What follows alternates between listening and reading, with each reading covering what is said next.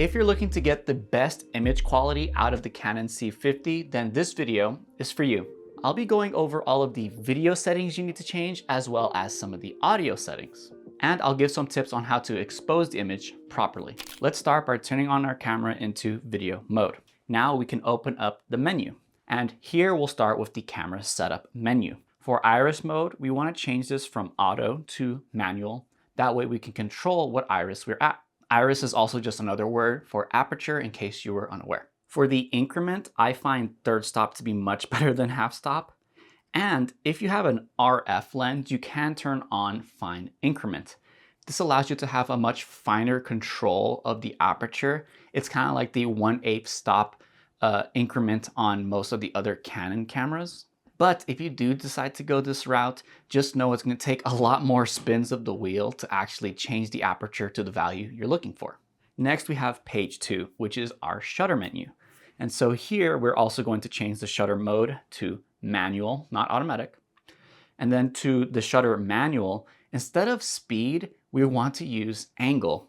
Because this is a cinema line camera, we have access to angle, which is so much more convenient and better for video. As you can see on the bottom right here, I have it set to 180 degrees because that is the value that allows for the most natural motion blur. If you raise this value to something like 360 degrees, you're actually going to introduce more motion blur because now the sensor is being exposed for longer. And the opposite is true. If you want to get a more choppy, almost hyper-realistic look, GoPro style, you can get towards like 20 degrees or even 15 degrees, and it will actually remove all motion blur and give you that more staccato look.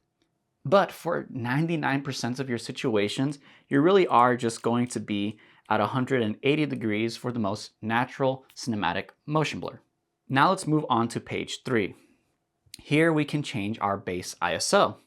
And so I don't like, again, having things in auto. And so I will choose between 800 and 6400 depending on my lighting scenario. For most situations, I'm at the base 800. If you're in a darker environment and you're shooting late at night or in a low light environment, then 6400 is much better. For now, we'll be at 800. For the ISO gain, I prefer the value being at ISO, and so that's what I set it to. I've never used gain, and so we'll just leave it at that. For the ISO mode, we want to set this to manual, once again, not automatic. I like setting the extended range on just so you have higher values of ISO. Very rarely, if ever, am I going to be at that value, especially if I have control over my lights. But it's nice to have in case you do more run and gun and you aren't able to control the lighting situation. And finally, for the ISO increment, we're going to be at a third stop. On page 4, we're just going to look at the color temperature increment. And instead of mired, I like to set it to Kelvin. Okay, on to page 5, we have our continuous autofocus features. If we want to have autofocus on, you're going to need to enable this first option here, continuous AF enabled. After that, the only things I really care about are track after focusing. I leave that on and include the tracking frame. For the AF area, I prefer whole area because anywhere that you see on the screen can now be focused on. But if for whatever reason you need a specific zone, you can change these to the different ones. You have flexible zone 3, 2, which is more vertical, and then 1, which is a square. And you can use the joystick to actually move these. And so you can place it. And anything within that zone will have priority when it comes to being in focus. And the camera just basically decides if something's closer to the camera, it will focus on that if it's in that zone. For now, I will set it back to whole area. For autofocus speed, I kind of like a more slow, subtle autofocus. I don't really like when it's super snappy. And so I set mine to 6. But if you do want it to be much quicker and snappier, you can change this to 10 for the max speed. For subject switching sensitivity, I like to leave this at 1 because I don't really want the camera to constantly be switching subjects.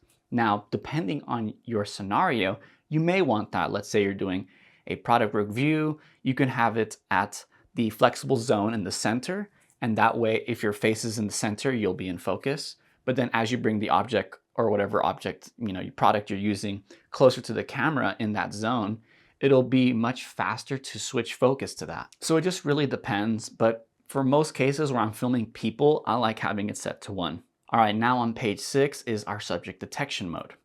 And so here you have 3 options: people, animals, and none. These are pretty self-explanatory, and if you do any sort of products or something that's not the other 2 here, which is people and animals, I will be at none. But in our case, I'll leave it at people. And now when we have this selected, we can see we have subject detect autofocus. This one, you're gonna wanna set to detect only. All this does is that if your subject is in frame and suddenly leaves frame, the camera is not gonna suddenly rack focus to the background. This is such a nice feature and is a lot more cinematic than having the camera suddenly hunt focus after your subject leaves the frame. Next, we have eye detection. I usually leave this on, but you can tell the camera which eye to prioritize. Let's say you wanted the eye further away from the camera if they're facing a certain direction. Just be aware that when you select a specific eye, it's that subject's eye. So it's their right eye, not the eye on the right of your screen. So if I were to choose right eye right now, this would choose this eye on the autofocusing and prioritize this one. But for most people, I think auto is perfectly fine. We want to make sure we turn face detection auto exposure off. This is just to prevent the camera from changing any important settings because it's trying to prioritize skin tones. And finally, tracking by touch priority. I enable this. This just allows you to touch the screen on your LCD and it will focus on whatever it is you selected. Now we can ignore page 7 and go on to page 8. On page 8, we're gonna ignore ABB and instead we're just gonna focus on these 4 settings. So for peripheral illumination correction, I leave these off. When you have this on, effectively the corners of the image will have their vignette removed by increasing their brightness. But I find that introduces unwanted noise and I actually really don't mind the vignette from most lenses. And then for chromatic aberration correction and diffraction, I like turning these on because they do make a much cleaner image. And then at the very end, you have distortion aberration correction and focus breathing correction. This lens does not allow for focus breathing correction, but if you turn that on, your camera will crop in to help remove that focus breathing. And I don't like it at all. I find that depending on the lens that has the focus breathing compensation, you can get a ton of crop and it completely changes the field of view and makes it a little harder to compose with that lens. So I will keep this off.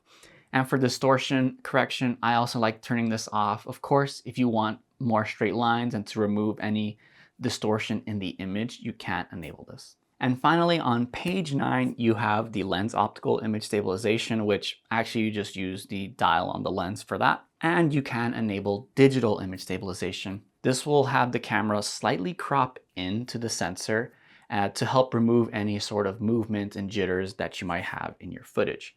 But I don't really care for that. I find the lens image stabilization to be really good. And if I'm using a gimbal or a tripod, something like that, I definitely don't want this on. But if you really want smooth footage and you're going handheld, this is a decent option. Now we can move on to the custom picture profile settings. Here we want to select our picture profile. And for the best dynamic range, you're gonna wanna select CP file and go to Canon Log 2. Now we can edit this to customize it to our liking, but that's a whole video in and of itself. And for most people, I think the default settings are really good. So we'll move on to our recording media setup. Here you have the ability to format your card. On the cinema line, they call it initializing your media. I like to do these at the very beginning of every shoot if I don't need the files that are on the cards, just so that the camera is operating and formatting the card to its best performance. Now here's where things get interesting. We have the sensor mode, which we can go from open gate, which is full frame, 3:2. We have full frame, and then cropped modes in Super 35 and 16. Open gate is a really cool option on this camera. However, it limits a ton of the recording media formats that you can choose from. And so I don't find that super useful, but if it's something that's gonna be useful for your project, you can enable it here. For most people though, I will recommend you'll be using full frame 99% of the time, and you'll have the most variety of options when it comes to 4K frame rates and codecs. So we'll be on full frame now. And for system frequency, This is effectively the difference between PAL, NTSC, and trying to get exactly 24p. NTSC is what the United States and I believe Japan use, and that's 59.94 hertz. That's sort of the frequency of our screens. And so it helps reduce the flicker if you set it to the right mode. And you also change the frame rates that you can record in. So this is where I have 23.976, 30, and 60 frames per second. If I were at 50 hertz, which is PAL, which is most of Europe and the rest of the world, you'll only have 25 frames per second and 50 frames per second. And then the super slow-mo is at 100 frames per second. So it just depends where you live. If you're in the States, 59.94. If you're in most parts of Europe and Australia, 50 hertz is where you're gonna be. All right, page 2 is where we have the most fun, because we're gonna finally choose our recording format. And in this mode for full frame, you have the most options all the way from RAW HQ to XFAVC 420. Now for the best image quality, you're gonna wanna shoot in RAW. RAW gives you the most data rate per second, and you also have 12-bit color, and so you get a really nice performance and image out of this camera. However, you will need fast enough cards to do that, and 2, a ton of storage, because I have a 1 terabyte card in here right now. At RAW HQ, that gives me 58 minutes of 24 frames per second. Versus if I set that to what I'm gonna recommend most people be at, XFHEVC, I get 1,003 minutes of recording on my 1 terabyte card. So it's really going to depend on your needs. I also really like shooting in RAW light, so I can still shoot in that RAW format, but not have those huge file sizes. But really, for most people, you're gonna either be on AVC or HEVC. And so what are the differences? Well, AVC is the H.264 codec, which is typically easier to edit, but creates larger files. And then you have HEVC, which is the H.265 codec, which simply means smaller files, but harder to edit. And by harder and easier to edit, I just mean a computer would have to work twice as hard to decode the H.265 than it might the H.264. So depending on your computer and your setup, AVC might be a better option, and you'll just have to deal with the larger file sizes. Or if you're like me and you have a MacBook or some sort of Mac with the M series chips, you can shoot in HEVC because those things don't have any problem decoding them, and you get much smaller file sizes. But no matter which one you decide to go with, you want to make sure you're doing AVC either 422 10-bit or HEVC 422 10-bit for the best quality. For now, we'll do the HEVC option. For the record destination, make sure it's on your CF card for the best performance, in my opinion. But if you don't have one, of course, you can set this to the SD card. For the main resolution, you'll see here, you have the 17:9 4K, the 16:9 4K, the 17:9 2K, and the 16:9 1080p. Because we are in HEVC, we only have the option for long GOP or long GOP. And this goes back to how it's a more compressed video file, so it's becoming harder to edit, but saves you space. And so in our case, we'll just leave this at 4K. But if you were at the AVC menu, you would see that you also have options for intra-frame and long GOP. Intra-frame, once again, would be easier to edit, but much larger file sizes, and long GOP is a more compressed, but harder to edit. And so choose wisely. Intra-frame, though, will technically give you more quality out of the video. But honestly, I don't really notice a difference. So I'm gonna set this to 4K long GOP. For frame rate, most of the time I'm shooting at 24 frames per second for that cinematic real-time footage. But if you want slow motion footage, you can go to 30 or 60p here. If you want to go past 60 frames per second, we'll have to do that in the next menu. And finally, we can choose the bitrate, not for HEVC files, but if you were shooting on the XFAVC files, you can select the bitrate here. And obviously the higher the bitrate, the larger the files, but the better the quality. And finally, at the end here, we have the option to choose the audio format. You have 16-bit 2-channel and 24-bit 4-channel. Technically, 24-bit 4-channel is a higher bit rate, so you'll get better audio quality. But I like shooting proxies, and On this camera, you can't have 4-channel proxies for some reason, and so I leave mine at 16-bit, but technically, if you want the best audio, I would go the LPCM route. Now let's go on to page 3, the recording mode. Here we have a ton of options, but the only two that I really want to focus on here are normal recording and slow and fast mode. Normal recording is nothing special. Basically, all the settings we just set up, that's the frame rate that the video will record and play back in. But if you want to change that, you can go slow and fast motion. When you do that, here you can see you can set the slow and fast frame rate. So this is how many frames the camera is going to capture every single second. So you can go from 24 all the way to 120. And in fact, you can even go below 24 for a more time-lapse sort of feel to your videos. But let's say we want to record in 4K 120, we would set this to 120, go back to the previous menu, and then we can select the frame rate to play this back at. So we can have this 120 frames per second video that will play back at 24 frames per second. So that is like, what, 1/5 speed. You can set it to 30 frames per second, which is a 1/4 speed, or you can play it back at 60 frames for half speed. Most of the time, because I am editing in a 24 frames per second timeline, I'm just setting this to 24 frames per second, and therefore the 4K video will automatically be slowed down to 24 frames per second. And the opposite is true. If you decide to go, let's say, 12 frames per second captured, and you set that playback to 24, then you're telling the camera to capture 12 frames every second, and then include every 2 seconds and every 1 second of footage, which just basically means you're speeding it up. And so that's why you got this called slow motion and fast motion. I don't really use the fast motion part of it too often, but this is how I will get 4K 120 in my slow motion video. For now, I will set this to normal recording. On page 4, we can select our second card record functions. Personally, like I said, I like to use the proxy recording option. You have a ton here, and the only other one I will give a honorable mention to right now is the sub recording.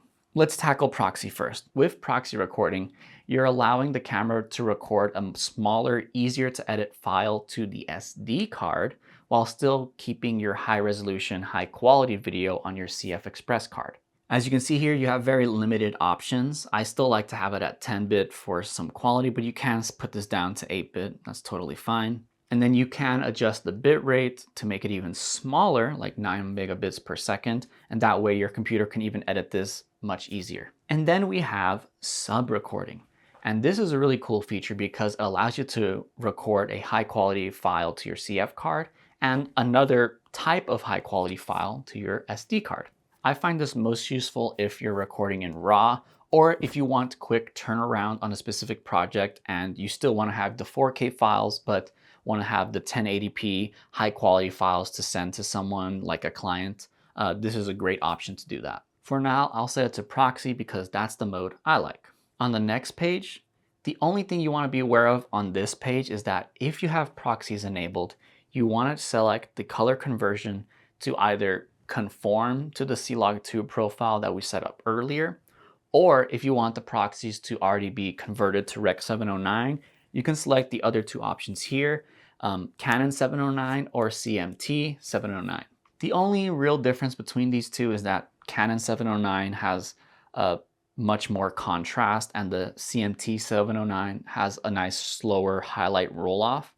But all that to say, you can choose either of these. It's pure preference. For me, I still like having the log look on my proxies, so I'll leave this to conform to custom picture. Finally, we can move on to audio setup, and this will be much shorter, I promise. On the first page of the audio setup menu, you have the status, which just gives you a bird's eye view of what's being captured. But what's really important here is the channel 1 to link.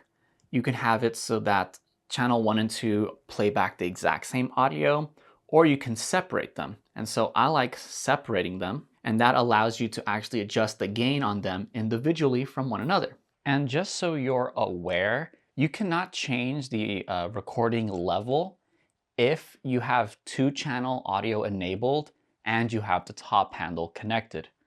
If you take off the top handle, this option will become available.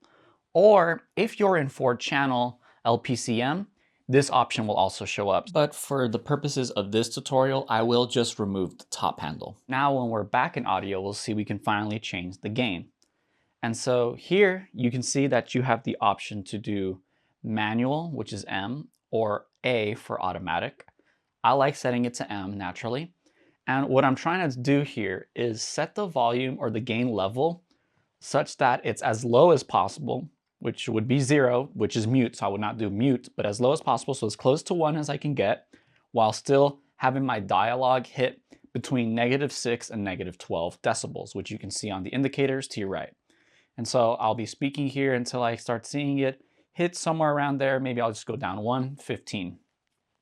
And because we separated our audio level, we can change independently the left and the right channels. And so I can actually make the right channel be a little bit quieter, let's say like half of the volume here.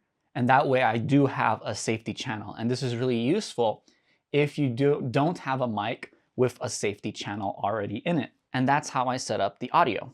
And on the bottom here, you'll see these two options, the limiter and the compressor. The audio limiter is supposed to help prevent peaking, but I haven't had it work for me yet. And the compressor is meant to reduce the dynamic range of the audio so that everything sounds roughly the same loudness. I don't find any of these useful for me, but if that's something useful to you, you can enable them. On page 2, we can control the settings of our different audio inputs. For most people, you're probably using the mic terminal on the side of the camera, and so we'll open up that one. The first thing you're going to want to do in this menu is make sure your mic input is set to mic with power supply. This just tells the camera to supply power to your microphone. With that on, you'll see you have these two settings that you can change, the attenuator and the low cut. The attenuator will reduce the signal going into your mic by -20 decibels. This is really useful if you're in a really loud environment, say a concert venue. This allows you to still capture that audio without distorting it. And the low cut is just to remove some of the lower end frequencies from being recorded on the audio file. And so LC1 is a small low cut, which will be good for dialogue scenes.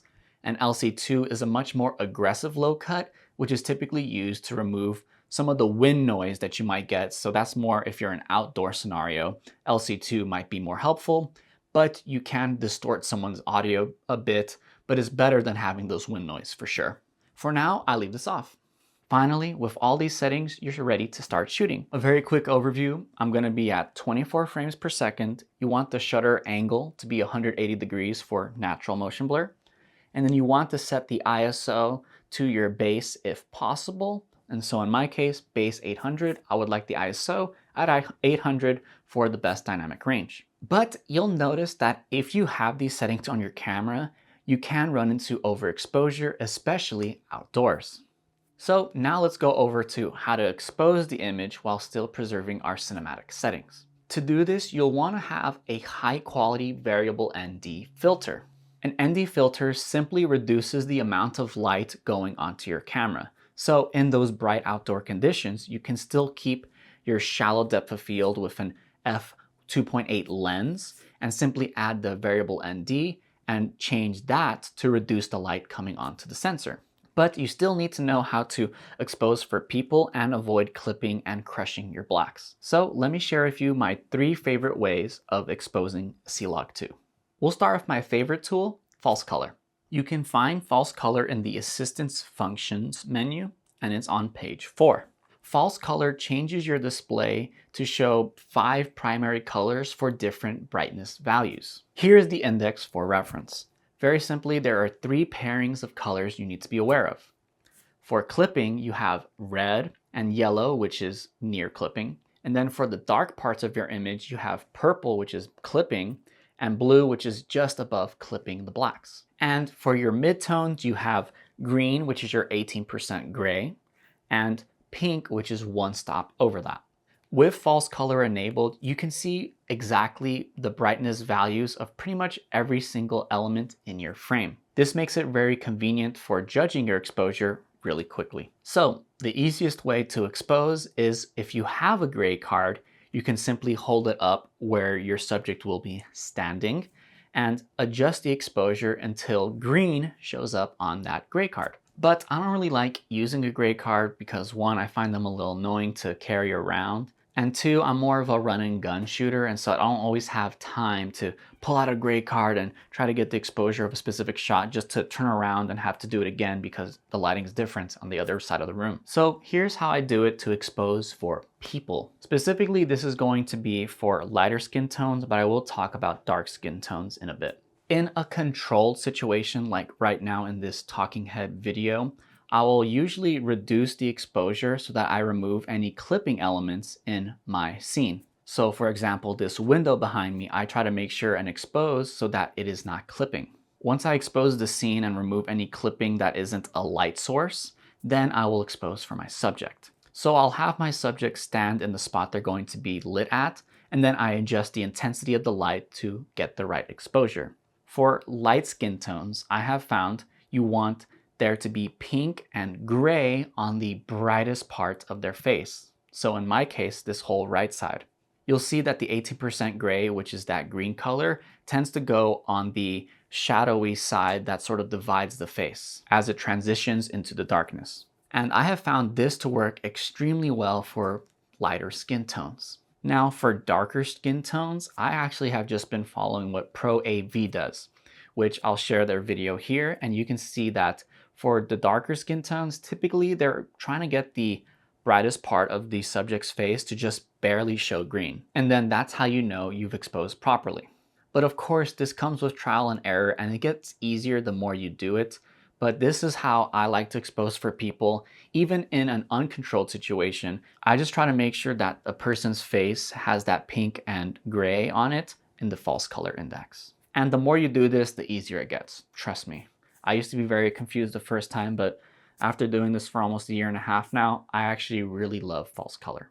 And to make my life easier when using false color, I've actually assigned it to a specific button. Here I assign it to button 5, and I set it selected to all so that it will show on both the LCD screen and my monitor, because I do like shooting with a monitor on this camera. But of course, if you're using a director's monitor and you don't want the false color to show up on it, you can select this to be only the LCD screen. But in any case, once you have it assigned to a button, it's very easy to enable.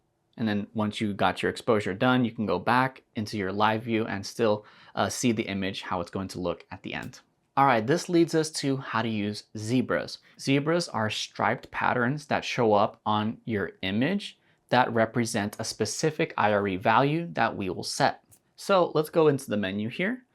And in the assistance functions, we will go to the 5th page and we'll see our zebra options. You'll see we have Zebra 1 and Zebra 2.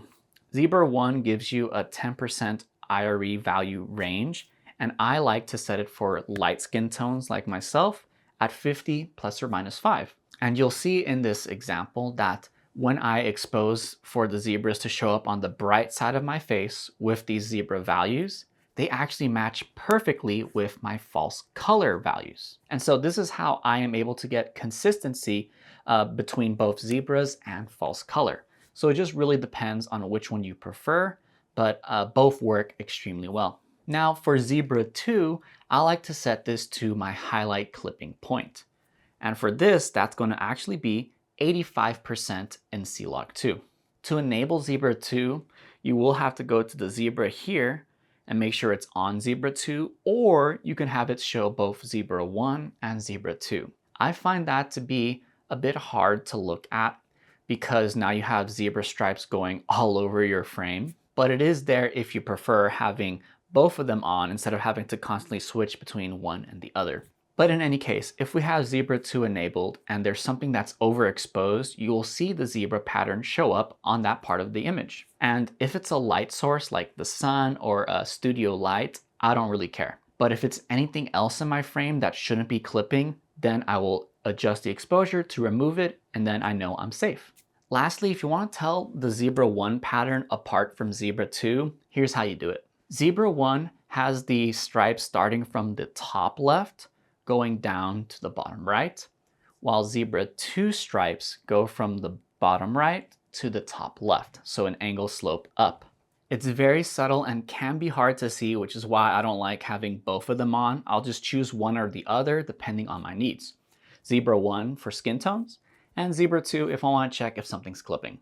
But the choice is yours. Lastly, I want to talk about using the waveform. On the C50, it is automatically hotkeyed to the 10 button here that says WFM. If we hit that, we will see it show up on our screen. Now, black clipping, as you can see here, is just above 0. It's probably like 5 or 7, something like that. If your waveform looks different, we can go into the menu, and in the Assistance Functions menu, we'll go to page 6. Here, we can change the waveform function from vector scope to waveform. And for the waveform settings, we can change the size of it. 2 times is really large. I find that to be a bit too much. It just literally covers the whole screen, which I think is crazy. We can change the position from the left to the right side, but we want to make sure we have the type set to line and the scale set to IRE, which is brightness. And the trick here for waveform is fairly simple. You don't want things clipping above the 92 line. You'll see that happen as you get closer to overexposing. The graph sort of flatlines at the top. It's like around 90, 92 IRE. And you don't want to crush your blacks. And you'll see that as a flat line at the bottom, close to 0, but not quite. It's like probably like 2 or 4 IRE. And all a waveform is showing you is the brightness values of your image going from left to right. And so as you can see, as I move in the frame, my waveform follows me in the exact same position on the waveform as I am in the frame. My biggest problem with waveform is getting those really accurate and dialed in values for exposing for skin tones. But for getting an overall judgment of my exposure and whether I'm hitting those clipping points, it can be useful.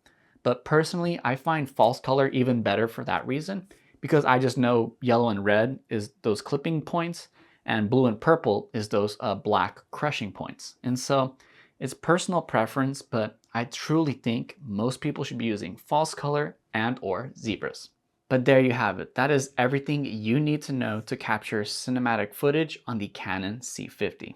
If you have any questions about these settings I went over, or if I didn't explain something, you can leave them in the comment section below and I'll do my best to help you. If you enjoyed this camera guide, you can check out my Canon R5 Mark II video tutorial here. Thank you so much for watching all the way until the end. I appreciate every single one of you who do, and I'll see you in the next video.